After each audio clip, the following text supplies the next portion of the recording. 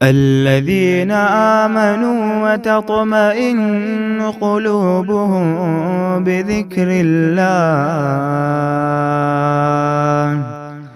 ألا بذكر الله تطمئن القلوب۔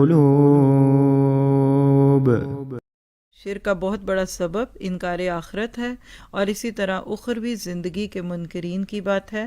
بل ادارک علمہم فی الآخرہ، اس کو ذرا سا سنیے۔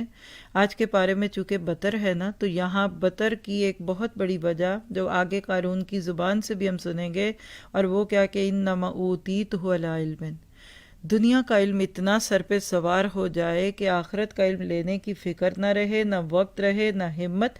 پڑھے لکھے پھر پڑھتے ہیں، کماتے ہوئے پھر پڑھنے لگ جاتے ہیں کیونکہ پیسے ملتے ہیں، پھر یونیورسٹیز میں جائیں گے، بچوں والی عورتیں پڑھتی ہیں کیونکہ ذرا ایک رینک اور بڑا ہو جائے۔ ان سارے جملوں کو سامنے رکھتے ہوئے سنیے اس آیت کو، بل ادارک علمہم فی الآخرہ بل ہم فی شک منہا بل ہم منہا عمون، کیا ہو گیا؟ بلکہ آخرت کے بارے میں ان کا علم ختم ہو چکا ہے، بلکہ یہ اس کی طرف سے شک میں ہیں، بلکہ یہ اس کی طرف سے اندھے ہیں۔ کافروں نے کہا کیا جب ہم مٹی ہو جائیں گے اور ہمارے باپ دادا بھی، کیا ہم پھر نکالے جائیں گے؟ ہم اور ہمارے باپ دادوں کو بہت پہلے سے یہ وعدے دیے جاتے رہے، کچھ نہیں، یہ تو صرف اگلوں کے افسانے ہیں۔ کہہ دیجئے کہ زمین میں چل پھر کر ذرا دیکھو تو صحیح کہ گناہ گاروں کا کیسا انجام ہوا۔ آپ ان کے بارے میں بالکل غم نہ کیجیے اور ان کے دوغ ہاتھ سے تنگ دل نہ ہوں۔ کہتے ہیں کہ یہ وعدہ کب ہے؟ اگر سچے ہو تو بتلاؤ۔ کہہ دیجئے، جواب دیجئے کہ شاید بعض وہ چیزیں جن کی تم جلدی مچا رہے ہو تم سے بہت ہی قریب ہو گئی ہوں۔ یقیناً آپ کا پروردگار تمام لوگوں پر بڑے ہی فضل والا ہے، لیکن اکثر لوگ ناشکری کرتے ہیں۔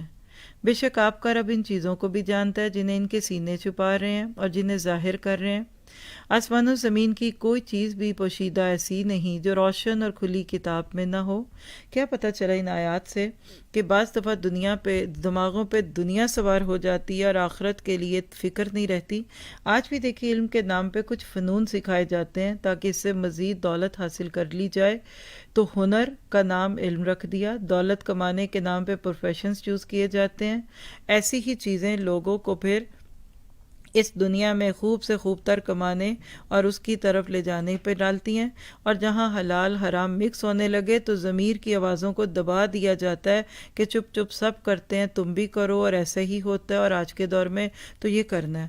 اور وہی بات ہے کہ جو ناخوب تھا وہی خوب ہوا، کہ غلامی میں بدل جاتا ہے قوموں کا ضمیر۔ آج امت مسلمہ میں دیکھ لیجئے لڑکی لڑکے کی تخصیص کے فرق کے ساتھ تعلیم ملتی ہے پہلے، یعنی جو سبجیکٹ لڑکے پڑھتے وہی لڑکیاں پڑھتی، اور پھر جو لائف سٹائل لڑکوں کا وہی لڑکیوں کا بنتا ہے۔ پھر ہم کیسے نہ روئیں، کیوں روئیں؟ پھر ہمارے رونے کی کیا دوا ہے کہ جب زندگی میں پھر وہ مسئلے آنے لگتے ہیں جو کہ پہلے کبھی بھی نہیں آتے تھے۔